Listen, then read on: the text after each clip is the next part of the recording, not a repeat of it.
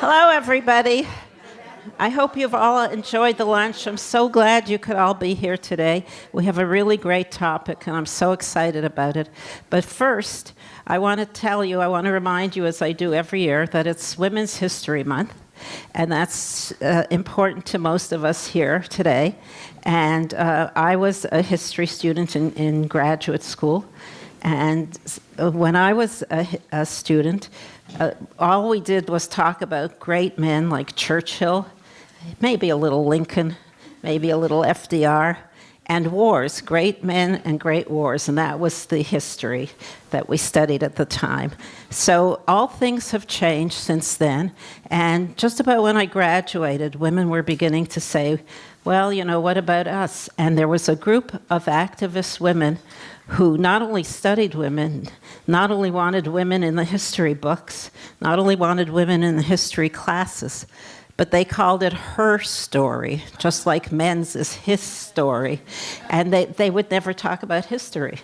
Well, they're teaching her story at such a college or whatever. And I don't hear that anymore. Do you hear that? So maybe that went the way of whatever.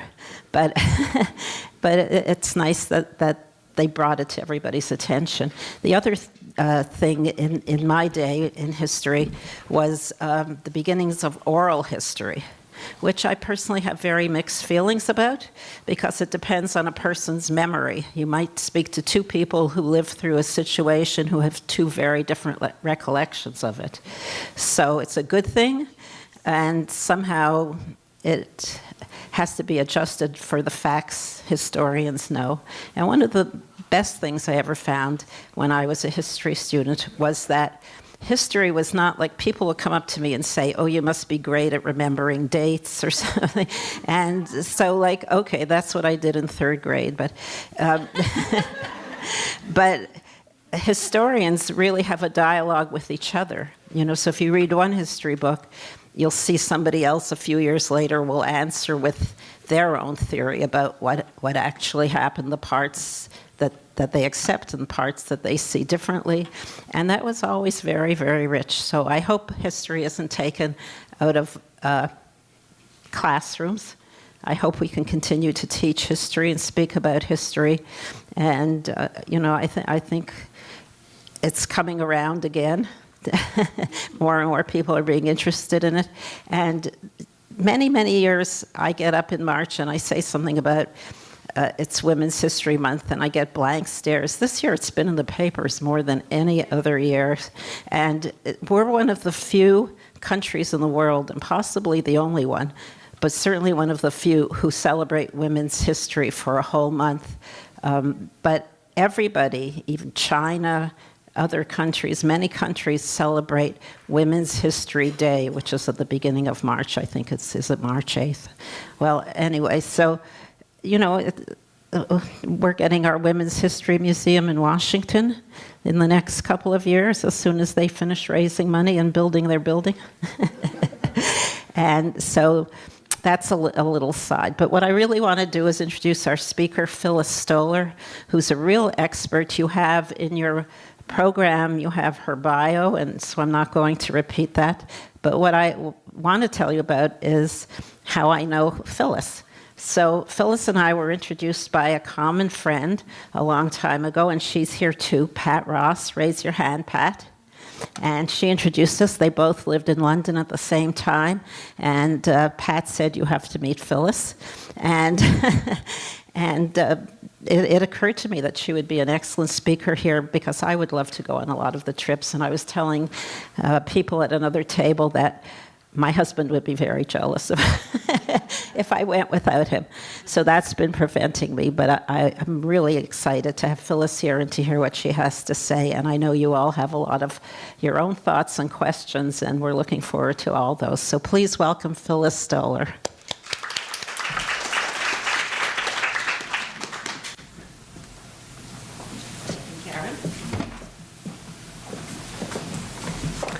Thank you, Karen. Thank you, Emily. And there is somebody named Oliver who put the slides up there for us, so I thank him in absentia. I wasn't going to say it, but I was a history major. And when I graduated, I went to Tufts University. My husband used to tell people I would be the only one who knew what to do if the Armada invaded again. However, I'm moving right along. I kind of divided the talk up into 3 parts. I do like questions. If you want to ask me a question during the talk, is this working fine for everybody? Just go ahead and raise your hand. I want to tell you why I started the Women's Travel Group. It's a tour operator for women. Then I'm going to tell you the day I knew that this was going to work. At the beginning of the frequent flyer program, I was a corporate banker. I covered the Southeast. I had a lot of miles on what was then called Pan American Airways. I asked everybody I knew if they would take a trip. My husband was building a business. I had 5.5 weeks vacation. At least 20 women said no. I don't travel without my husband. I'd never go alone, and all of this. My own mother said, who's going to change the sheets when you're away? And the towels. You had to change the towels twice a week. I took my 9-year-old son on a safari. The first night, it was a Pan-American package. There were 5 of us, a couple, a woman, my 9-year-old, and myself. The woman said, your son is very nice, but I did not come on a trip to eat dinner with a 9-year-old. Well, there's a happy ending to the story. If I asked her today, would you like to have dinner with a 48-year-old well-known Hollywood producer of comedies? She would say yes, and I would say, he doesn't want to have dinner with you. Because that's what happened to the 9-year-old. I came back and I said, I cannot be the only woman who wants to travel, who's not interested in a spa or dating or the girls' getaway kind of thing. I started the business in Miami where we lived. An acquaintance had a new job at head of catering at the Omni Hotel downtown. She said, I'm going to invite all these downtown women. You're going to be the speaker. And, it'll be good for me. They'll see the facility, and you can push your new company. Quickly, in the room of about, I'm looking at this room, would you say there are 40 people here? Maybe there were 80 women. A woman said, I want to make an announcement. I'm going to the Barcelona Olympics for the Miami Herald, and I have never traveled overseas alone before. Is anybody else in this room going to the Olympics? And a woman over there who I knew, her name is Leslie Lovell, said, my daughters are on the Olympics team, the U.S. gymnastics team. And they said, can we exchange numbers? And like that. Do you like to travel? Do you have friends who travel? Do you have a budget? Like that, the room was abuzz. And I knew at that moment, I hit a nerve, I had a company.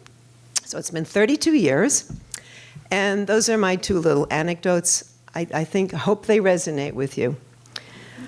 I thought an easy way of talking about how to travel, and I'm going to focus on it's your first time maybe going alone. You might be meeting up with a tour group or a cruise or whatever, but you're on your own when you make the decision.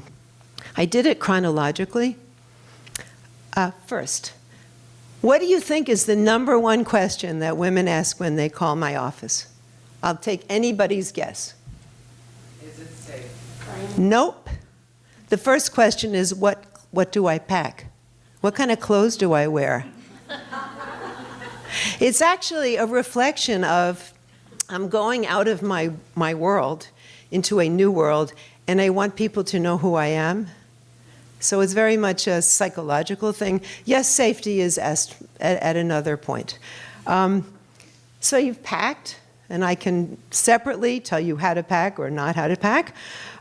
You're getting on the plane. Right now, I'm going to tell you some bad news. If you don't have a corporate account on the plane, they're not going to suck up to you as much, even if you're in first class. Whenever I fly, they thank my husband for being a diamond flyer, and he doesn't actually fly very much. So they assume they're looking for business travel. Hotel. I personally, when I'm traveling alone, I like a hotel that has maybe 200 rooms, maybe 250. I like a small lobby. A small lobby means that staff knows exactly who's walking around you when you're in that hotel. They know who's getting in the elevator with you. So I like a small lobby. I like a concierge, knowing that if you stay in a fancy hotel, the concierge is going to suggest to you very expensive ways to get to very expensive places. But I like the concierge if they're good. A gym. I've had good and bad experiences. As a corporate banker, we used to stay on Wall Street. The gym at night was empty, usually a locked door, no attendant. I don't want to pay for a gym unless it's going to be in a lighted area where I'm going to feel and somebody's not going to come up to me while I'm on the treadmill. You're smiling, so I think you've been in those gyms. Some of them are very isolated. Do you know what a living lobby is? A living lobby? It's a hotel lobby where there are couches and end tables and books and things to make you feel that you're in a living room. It's a really nice introduction. If it's your first time traveling, I can think of one in Rome. It's near the Pantheon, and I'm not going to, if you want the name of it, email me afterwards. I think my email's somewhere. It has lots of books and lovely things to look at, so you don't feel like I'm alone in this lobby. You can flip through the books. You can order a drink and have it while you're looking at guidebooks of Rome. So that's a new concept, and I like a living lobby. I like a hotel with a cafe, an outside cafe. It says a couple things to me. I can eat without feeling that I'm the only one here. There's street life because it's lit. And I do use Google Street Images. I don't know if you guys are familiar with that. Google Maps has a street image. Then you can see exactly what's on the block of your hotel. But I like the cafe because sometimes you just want to have a drink and you don't want to go to the hotel bar. I can tell you what somebody told me about a hotel bar. She said, because it's nice to have a drink when you're traveling. She said, I was sitting at this bar and this men kept pestering me. And I couldn't shake them, and I was not going to leave. I wanted my Prosecco or whatever it was, and it was my right to have it. So she finally turned around to them and she said, I'm Sister Mary Margaret. It's a pleasure to meet you. They left her alone. A couple things about hotel rooms. This is what I do when I get into the hotel room. I immediately get my questions answered. I want to know how to turn off that television. In these modern rooms today, there's a big television. Welcome, Phyllis, and I'm not going to be turned off, and you're not going to know how to do it. I unplug the alarm clock. I check that the bathroom has everything I need. And I do look at the balcony if there is one. You know, I'm a professional, I travel a lot, but there's the first time. How many of you know Coconut Grove, Florida, outside of Miami? There's a beautiful hotel that overlooks the yacht club. The Miami Herald put me up there because I was giving a speech. It was a gorgeous night. I opened the curtains, I opened the sliding doors, and the air was coming through. And then I heard two people talking on the balcony. I thought I was going to have a heart attack. Of course, I slammed the doors. I complained to the management. Oh, sorry, that's the only room that has a shared balcony in the entire hotel. Well, that now I check every balcony. So some of what I'm telling you will probably never happen to you, but it's not a bad idea to see where you are vis-a-vis the other balconies.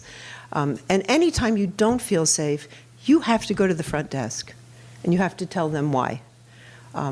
Don't feel safe might be that the staircase has had a wedge put in it, so it's left open. I don't like that. Somebody gets in the elevator with you you're not comfortable with, get out of the elevator.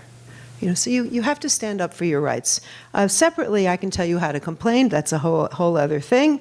I am going to tell you how my friend goes to fancy restaurants by herself. She was the travel editor of the Miami Herald, very well-traveled woman.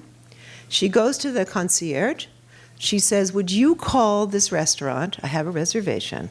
Would you please tell the maitre d' I am coming by myself and I would like to be treated nicely. When you arrive, you have the name of the maitre d'. You address him by name. You say, thank you very much. I'm coming by myself and I'm so looking forward to this dinner. That way you cut the ice, you're ready to have dinner alone, and nobody says, oh, put her back there. So a lot of it is how you present yourself. I'm a big advocate of talking to people. Talk to the waiter, talk to the maitre d', address them by name. A woman told me she went to some Caribbean resort by herself for her birthday, and she was not going to be Lonely Judy or whatever her name was. And she kept addressing everybody by their name. She said after a couple days, another guest came up to her and said, you must own the hotel. Because you're talking to everybody. And she said, no, I'm just a friendly person. So again, it's how you present yourself. And the first time ain't easy. I have right now in my phone a woman saying, I'm scared to death to take this trip. These are meant to be a little advice, a little encouragement. I'm not going to talk about tipping. Women are nervous tippers for a lot of reasons. I'm not going to go into them, but statistically, men tip more, especially if they're in a group of men, and therefore men get better attention in restaurants. I have done a few things. There are a few things I've done that I would do differently, even as a professional traveler. I went to golf school at Pinehurst. Is anybody here a golfer? It was the hardest week of my life, physically hard. There were all men and there was me. And I realized afterwards I should have said something to the maitre d' ahead of time. I know you have big conventions here. I'm sure they're very lucrative for the hotel, but I like to be served also. I didn't do that. I just kind of sweated it out. So prepare your little speeches and present them professionally. Ask for the front manager's card and look at it and say, are you Mr. Adams? And they're always going to say, well, I'm not. I say, oh, I want to see Mr. Adams. So a little summary. What are women concerned about when we travel alone? I already mentioned one. Everybody says they're not available. It's a real downer. This way, you go where you want to go, when you want to go, on your budget. You're no longer sharing the dinner check with a couple and concerned about ordering that expensive glass of champagne that they might feel they have to pay for. You're not in a pity party. Nobody says, oh, poor Susan just lost her husband. Nobody cares in an all-women's group. They care that you want to have fun, that you want to see Paris, that you're interested in the Louvre, that you're a pleasant person to be with and you're punctual. There's no pity party. I think what I'd like to do, besides push women's travel, which of course is what I do for a living, is maybe give you some real examples. We took this wonderful Oliver, who I haven't met, took a lot of the slides that we had. We do not use professional photographers. Warning, if you see websites where everybody is perfectly dressed, has gorgeous hair, these are not people who travel, these are models.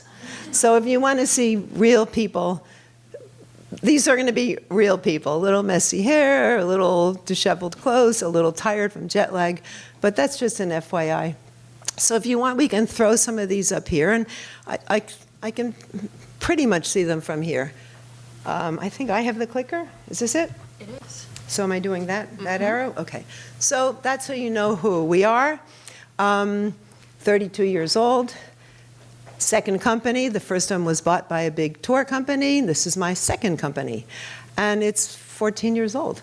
So it's been a long ride, literally. And I did have a joke at the beginning, which I completely forgot because we got off on the history thing.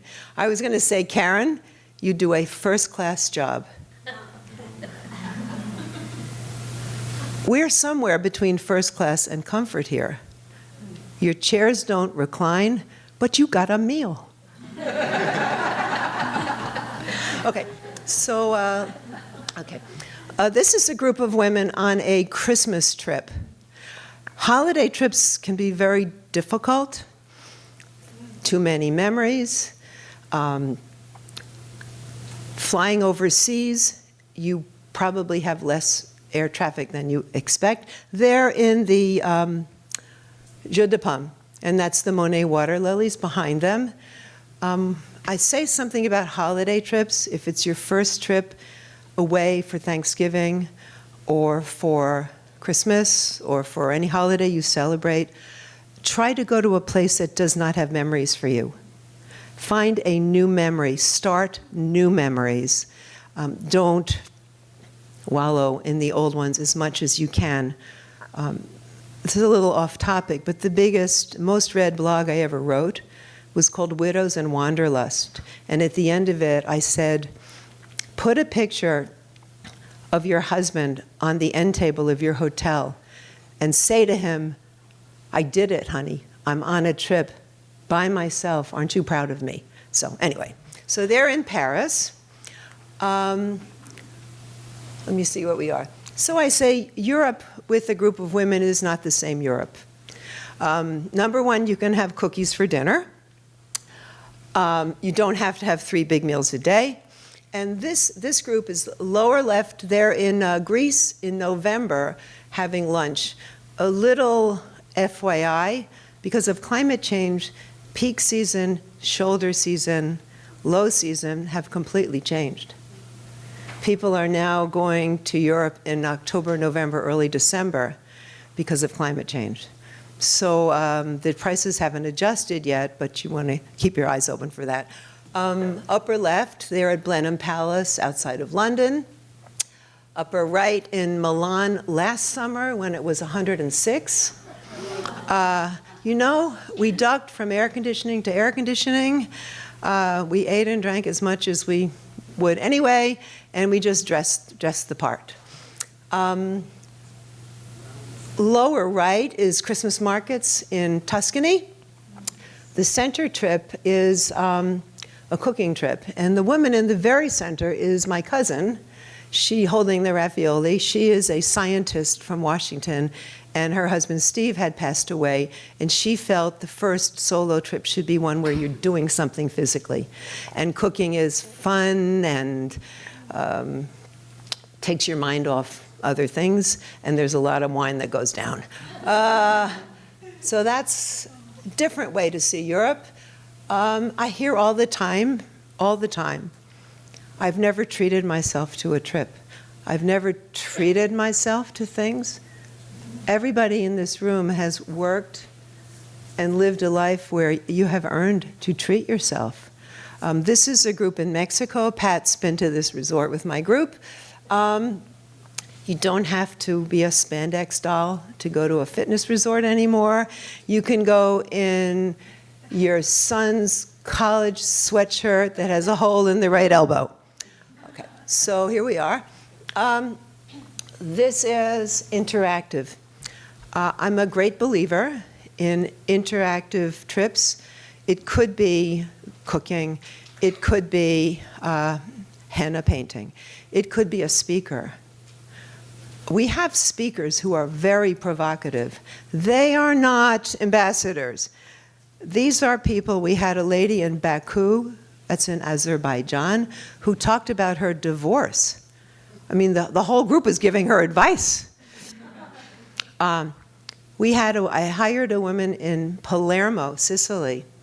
She was divorced. I couldn't find a speaker in Sicily. It was becoming difficult. And she said, well, I'll come and I'll just talk about what it's like, life is like when you live in Sicily as an American divorcee. She turns up with a fan. And she says, I'm not going to talk about what life is like here. You know, I was married and I don't want to talk about it. But I'm going to show you the 35 ways that women in the 19th century would hold a fan to communicate messages. I'm available, I'm not, I'm married, but I'm interested. And it was incredible. So she got us all talking. Sometimes it might be a human rights worker in Santiago, Chile. And the group said, this woman, she came from God to this country. So we try to get people who will make you talk and make you think. Where are we here? It's a little hard to see from here. So they're in Italy, they're cooking. I can't see what's in the upper right. Oh, that is a Falcon Hospital in Dubai. A Falcon Hospital. It's kind of interesting. And during COVID, Karen might ask me what happens when you have to cancel trips. We had to cancel our trips. We subsequently went back. We were the first group to cross the border into Oman from Abu Dhabi. The bus driver couldn't find a border patrol person. He left the bus and went walking around this area just trying to find somebody to let us in. We were the first group to stay at the Golden Tulip Hotel in Nizwa, Oman, in 2 years. The entire staff of the hotel, I think that's what the picture is, was standing outside applauding us as we got off the bus. We all cried. We literally cried.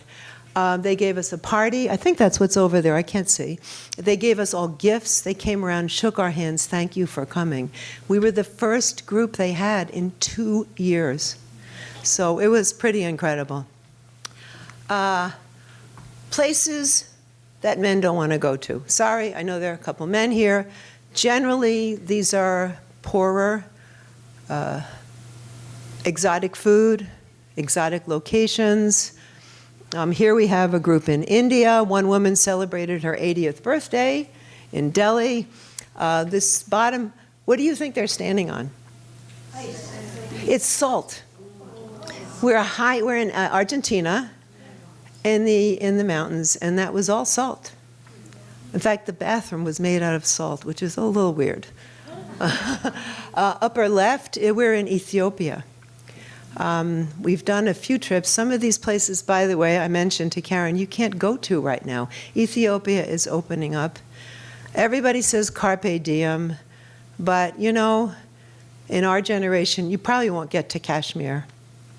We went to Timbuktu years ago. You're not going to get to Timbuktu. Right now, people are not traveling to parts of the Middle East. So carpe diem. Where else are we? Honestly, I can't see the right one. Turkey. Oh, it's in Istanbul. We started that trip with, I like something that's a little scary. Again, it brings the group together. We started at a royal Turkish bath that had just been renovated. So here you are, you don't know any of these people, and all of a sudden, you're nude. And some of you are really big, and some of you are really little, and some of you are, whatever.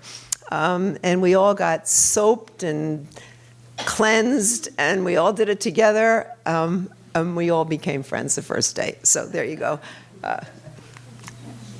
Iran. We did a trip to Iran. People say to me, what place do you find was the most special? I would say Iran was one.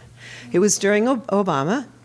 The multi-country, it wasn't a treaty yet, but it was a trade pact, had been signed, and you could fly to Iran and go as a group of Americans. It was quite an incredible experience. Lower left, the kids, everywhere we went, selfie, selfie, America, America, can we do a selfie, a selfie? Welcome back, America. Don't you like the sound of that? Welcome back, America. One woman came up to me, she said, oh, my cousin's in Union City, New Jersey. Today, you can't go there as an American, it's touchy. In that case, wow, were we lucky. I described the experience as you're in front of the Taj Mahal and there's nobody else there. Because every place we went, there were maybe 20 people, maybe just us. So it was quite an incredible experience. Recently, here are other trips that are a little more exotic. Carpe Diem, who knows what the statues are? Easter Island. Hard to get to now. The Rapa Nui are controlling the airport. It opens, it closes. We were lucky we got to go. Bottom right is Lucy, our first girl. Lucy in Ethiopia. That's not the real one, that's a model. The real one's in safe deposit box, but we got to see a fake Lucy. Ethiopia left. Oh, this is interesting, and it's in the news now. The people sitting in that Greek temple, we're in Albania. One of the things that I look for is where the Europeans are going now. That's where Americans are going in 5 or 6 years. Albania has been popular with the Europeans for a long time. That is about maybe 4 or 5 years old. It's in the news. Jared Kushner's building a cruise port there. He's building luxury hotels there. If the Europeans are going now, you want to go now. Because by the time Americans are going, it's cruise ships. So, Baku is way in the right. That's in Azerbaijan. The building behind us, it was designed by Zaha Hadid. The interior is not that exciting, but I think the exterior is unbelievable. This is a trip to the Emirates in Abu Dhabi. We're at a medieval camel market, and that lady there said to me, this was the trip of my life. So I'll probably never see her again, because that was the trip of her life. But here we are, we're in the Louvre. We're with a group at dinner of 2 Emirati young women. They were supposed to talk about social media marketing. The group ended up asking them about, do you have transgender friends? What happens if you're gay in this country? How come you still live with your father? It became very deep and down and personal. They were great about it. So here we are in the Middle East, and a recent trip, Saudi Arabia. We took a group in December. We went all around Saudi Arabia, which has a lot more than just sand, has a lot of UNESCO heritage sites. We also met with women there. It was a little more programmed. I mean, it is a tightly controlled country, but it was a very interesting experience. The Saudi Arabians are spending a lot of money on marketing to the American market. So here we are. The scene in the dark, that's in Medina. It was the only place where the guide said, do you mind putting on a headscarf? Because it's such a otherwise we didn't wear a headscarf. And all these families and the women were in all black were like, hi America, welcome America. It was that same wonderful feeling. So that's just kind of, if you see yourself here, you can do it. And I think I'll wrap it up there. And I love questions. So ask away. Let me start. I have a few questions. Sure. This one is You know, I'll stop you quickly. Ask me what my next trip is. It's the scariest trip of my life, and I'm going with somebody I've never traveled with before.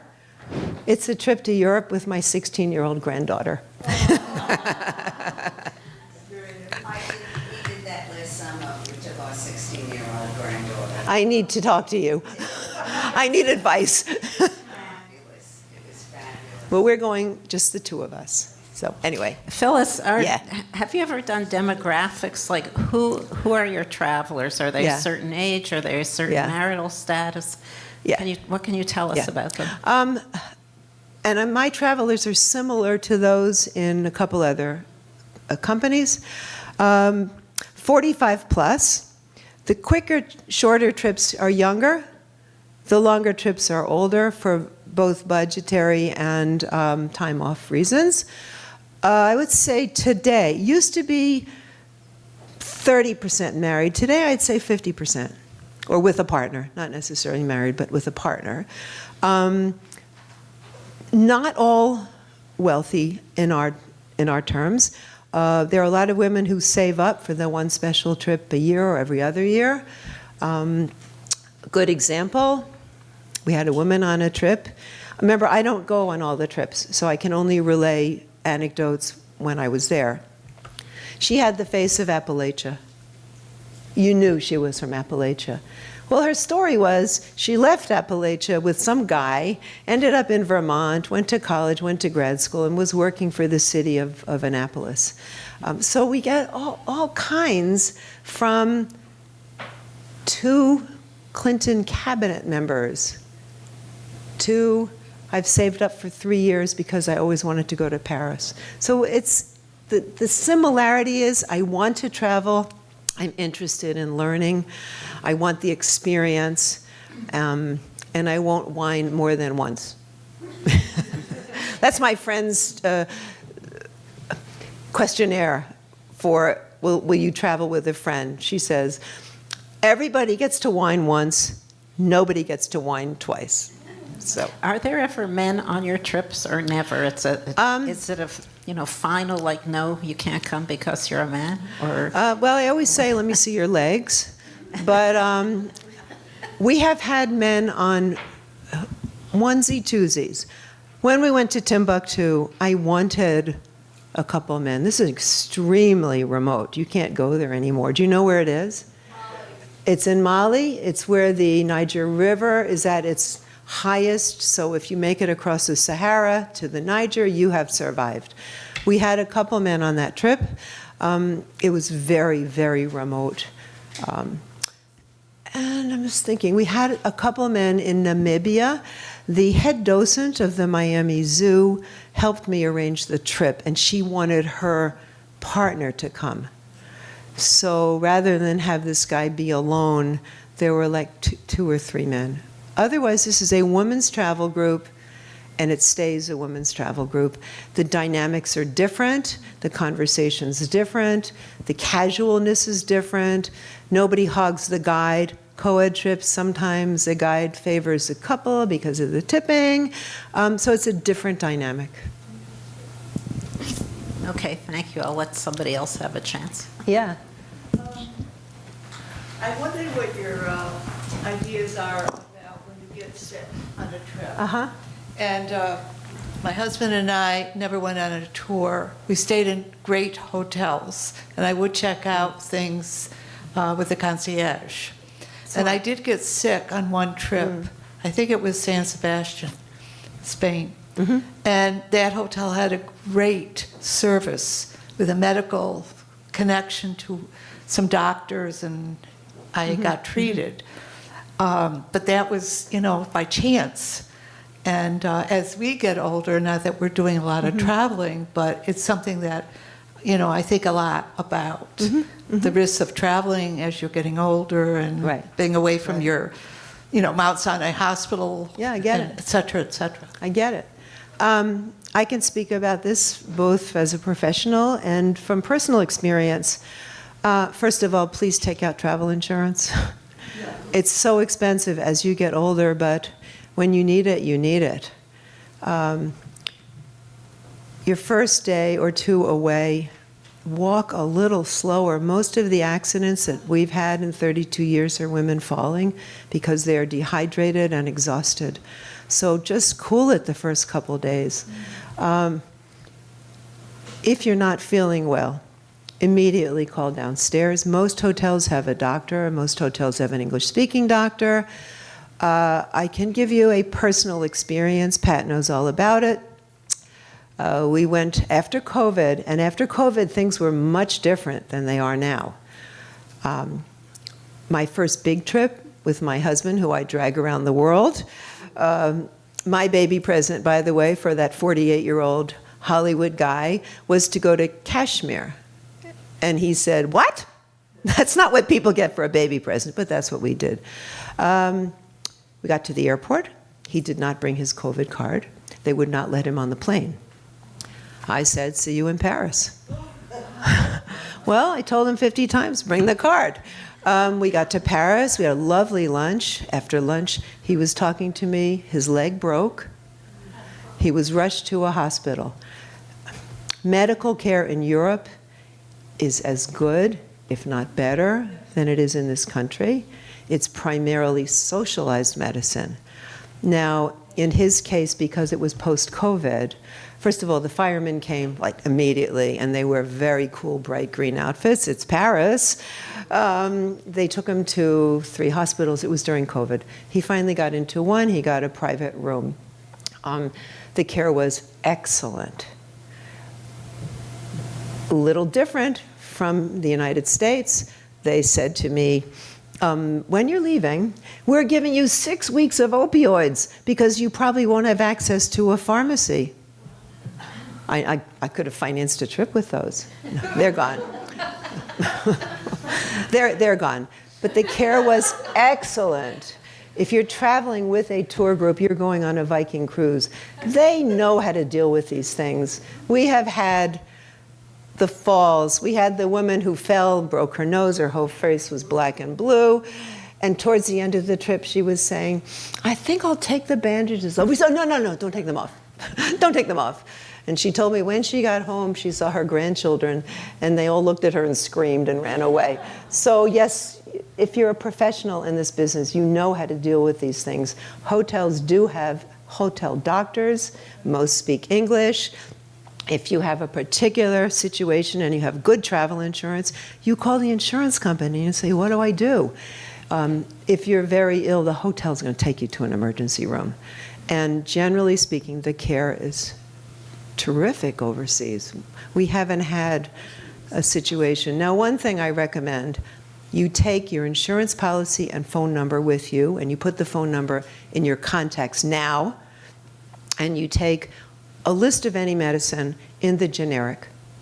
If it's a brand medicine, they can't read it overseas. In the generic, they can.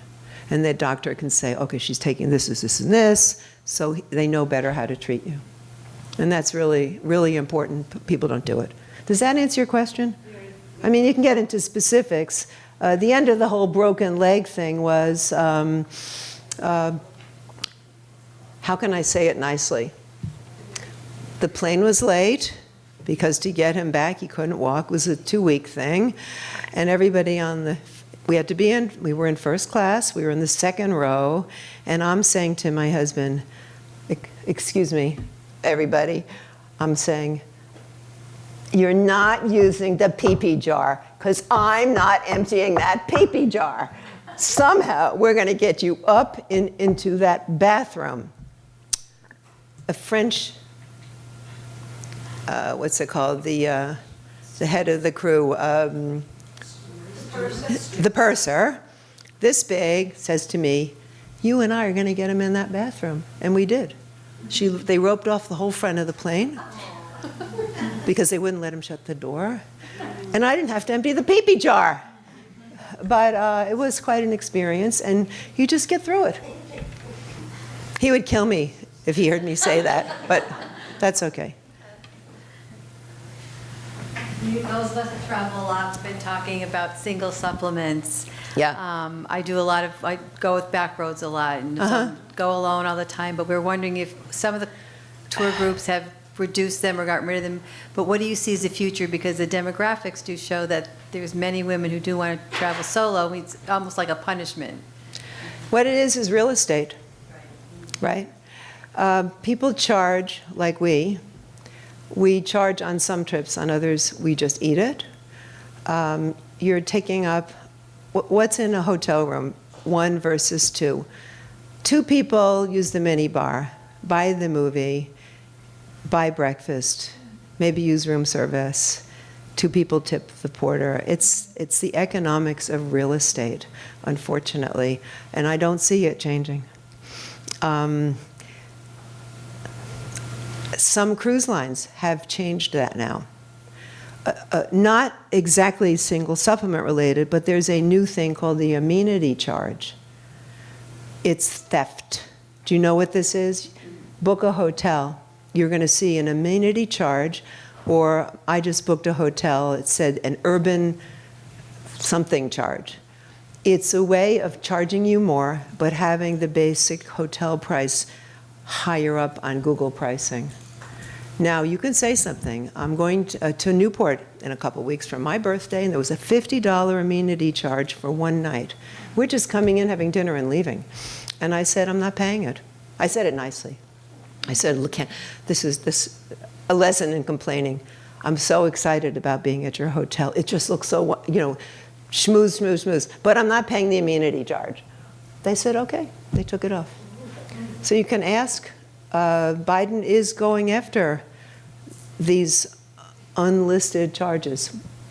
It's a tough industry. At the same token, if you have a third person in your room, they don't give you a discount. That depends on the hotel. Some do have a triple rate. So it depends. Because that's what happened with our trip last summer. Yeah. My granddaughter was in our room. Right. And, they charged you, it was a group, and they charged you for a single person. Oh, it was a tour group. That's why.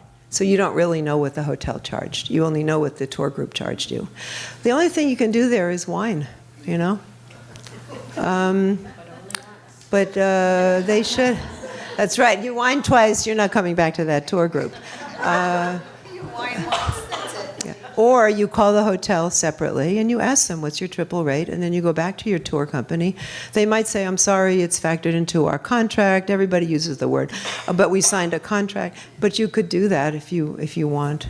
I don't know if that's helpful. No. We did it anyway. Yeah.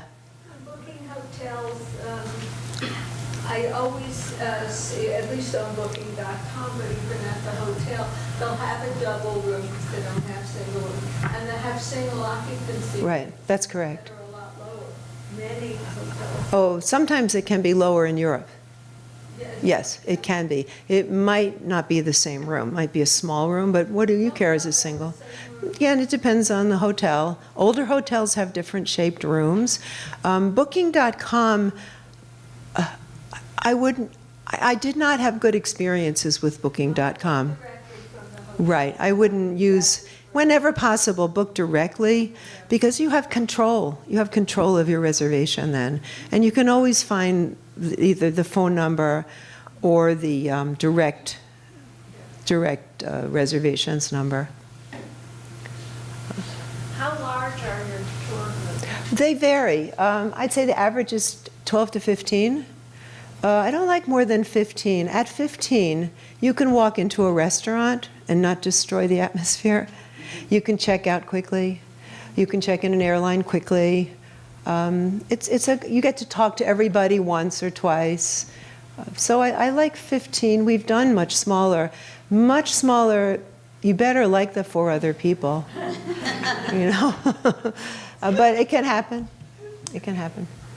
What would you say the average price, can you give a...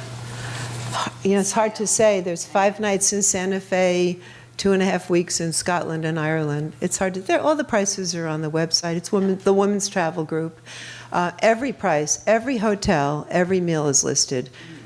Beware when you're booking. And I recommend, because I've seen this with a competitor, if you sign a booking form online, do a screenshot of the small print. During COVID, a lot of people with online reservations changed the small print to cover epidemics. So you want to get a screenshot of what you sign and the rest of it. It's very easy to go on a computer, clickety-click, and change the copy. So, yeah. I don't know what else I can tell you. It's been an incredible trip. We've been to some of the weirdest places. I mean, do you have any idea that you would ever be in Timbuktu? Karen asked me how we got there. Do you want to know? We did this trip to Mali because of Dogon art. It was going to be a Dogon art trip. Like a lot of what you see in the Metropolitan Museum in the West Africa area is Dogon art. Timbuktu, of course, is famous. So the tour operator said to me, I'm sorry, we can't fly there because it's the Feast of Abraham. And I'm thinking, well, this isn't happening. And he only spoke French, and I told him, look, we got to get to Timbuktu. We have a journalist with us. And, it was a little unpleasant for a while. He says, okay, everything was okay. A plane arrived. It was a camouflaged Russian Ilyushin plane. It was the only plane owned by the Mali government for domestic travel. A good-looking guy with lots of fruit salad on his jacket gets off. We climb up the back of the plane. We sat around the side. It was the Malian Air Force. The plane used a handheld GPS, followed the course of the Niger River, which goes like that. We landed in Timbuktu, no problem. The next day, he was very late. He had been up all night with the governor of Timbuktu. He eventually turned up and he flew us back to Bamako, the capital. It was quite an experience. What is Timbuktu? It is sand dune streets. It is 19th century houses where explorers stayed. The first day, the guide, a Tuareg tribesman in a long blue robe, face covered, big silver jewelry. I said, the tour today is to a Tuareg village. I said, well, how far away is the village? And we're going by camel, right? And there's a 5-year-old holding your camel. He says, it's 2 hours. That's what I said. I said, no, we're not going 2 hours on these camels. And I'm looking at the 5-year-old holding my camel. I said, well, where's the closest Tuareg village? Oh, he says, there's one right there. I said, that's where we're going. So it was a serious adventure trip with some unbelievable experiences. All safe, just all a little sketchy. Yeah. Since we can't go to Timbuktu at the moment, what's the next trip you've booked where there's still room? Oh, we have room on trips from late summer on. We don't have anything really weird right now. This isn't weird, but I highly recommend Mexico City. It's around the corner. Americans don't go there. It is a global capital with phenomenal things to see. Star chefs, the prices are extremely reasonable. If you haven't been, I really recommend it.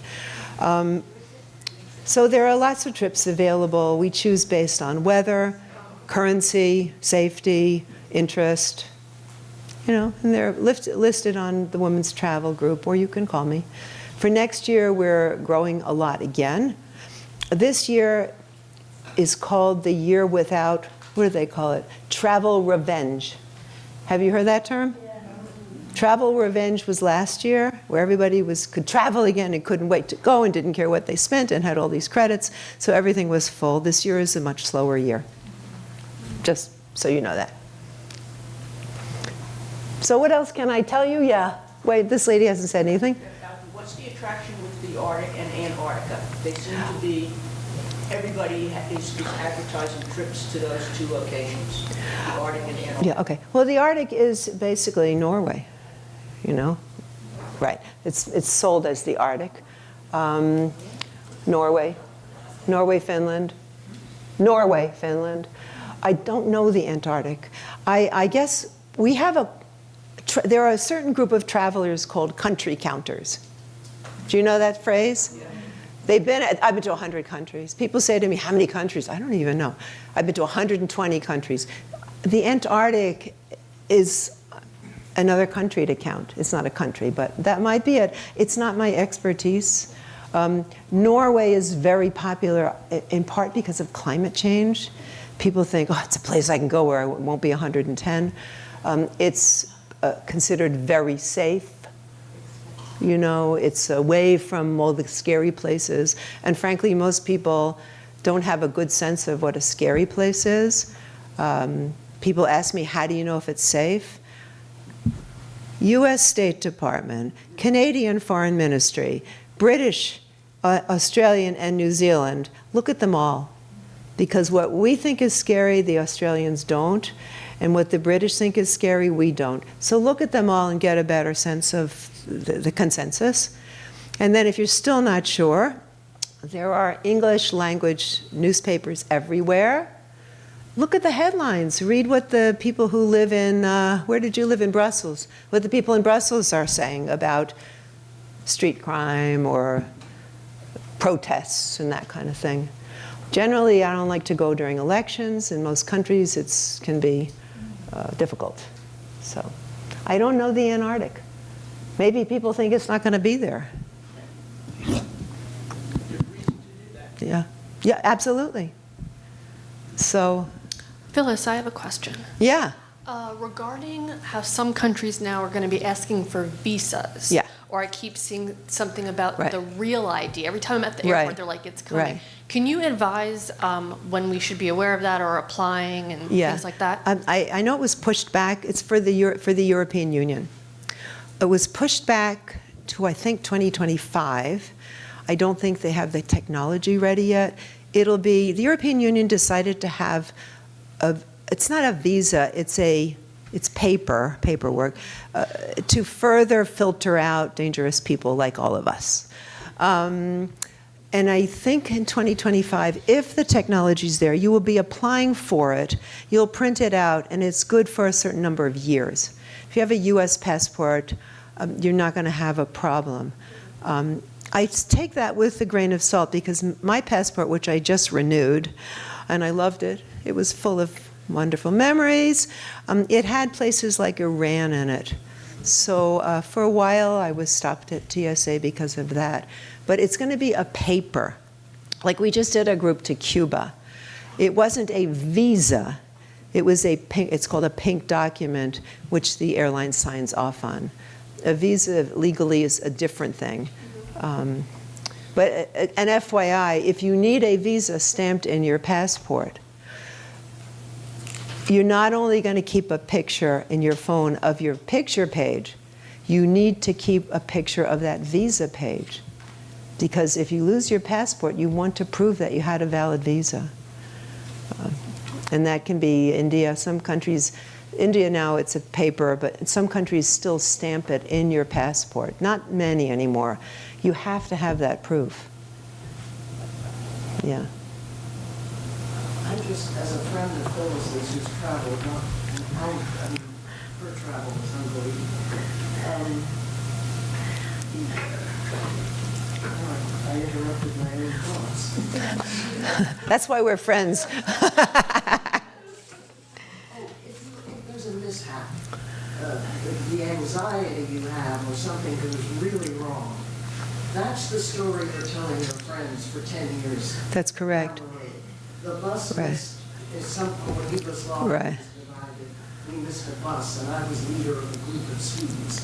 And that's the story I'm still telling. You know? So it can be a highlight of your trip. Yeah. You know, unfortunately, newspaper headlines are also like that. How many of you, I am riveted to the videos of violence on planes. I love watching those videos. People fighting, getting drunk. How about the door blowing off? Yeah, well, that's a whole other situation. And by the way, there hasn't been an airline disaster in this country that lost a life in many years now. But we're hit all the time with these videos of crazy stuff and headlines. 4,000 flights canceled due to weather. But there were 92,000 flights that day. So we're really like victims of newspaper headlines. I don't know. Karen asked me a couple things that had happened that were very special. I'll only tell you one. It was the first trip we did to India, 1995. A bunch of little girls were following us. We thought they wanted money. We were in Mandawa. You probably won't go there. It's a castle town in the desert in Rajasthan. We're talking about the little girls that night, and we gave them the next morning all the little shampoos and conditioners and soaps from our bathrooms. They seemed happy, but we still thought they wanted money. The next morning, they were waiting for us. They'd all washed their hair. They were all clean. Their clothes were clean. Their hair was shiny with the conditioner. And we cried. So it was a special moment. Phyllis, what percentage of your own trips do you go on? And if you're not there, is there some other person who leads the tour, and what, Yeah. how would they, are they from those countries? Or Yeah. just tell us a I little only bit. go a couple times a year. I am not a tour manager or a guide. A tour manager is a licensed, trained person who knows what to do when the road is blocked, or you broke your nose, or the hotel bill is wrong. It's a licensed local person. That person has skills that nobody in this room has, and they know how to deal with things. I go about twice a year. I always go to Mexico, and I'll choose one other trip based on, I think I should go if it's the first time we're going there. Central Asia, we went to Central Asia last year. That's Armenia, Azerbaijan, and Georgia. We hadn't done the trip before, so I went. It was during the beginning of the Ukraine war. We were like 20 miles from the Russian border, but there was no war there. So I go if it's a new trip, or if it's a very weird trip, like Ethiopia. So I want to thank Phyllis for her great presentation today. Thank you. And I want to remind everybody that in our packet, Phyllis has supplied us with a reading list. I hope you'll read at least a couple of these books if they interest you, with an article. And there's an article I wrote on How Do I Know You're Not Made Of? Not as exciting as what Phyllis has been talking about, but not too bad either. Thank you all very much. Thank you all for very coming. much. Also, there's a survey in the folder. Please fill that out, and I'll be collecting them, or you can give it to an Altfest staff member. Thank you. Don't forget, you each get a souvenir on your way out. Yes. That was fun.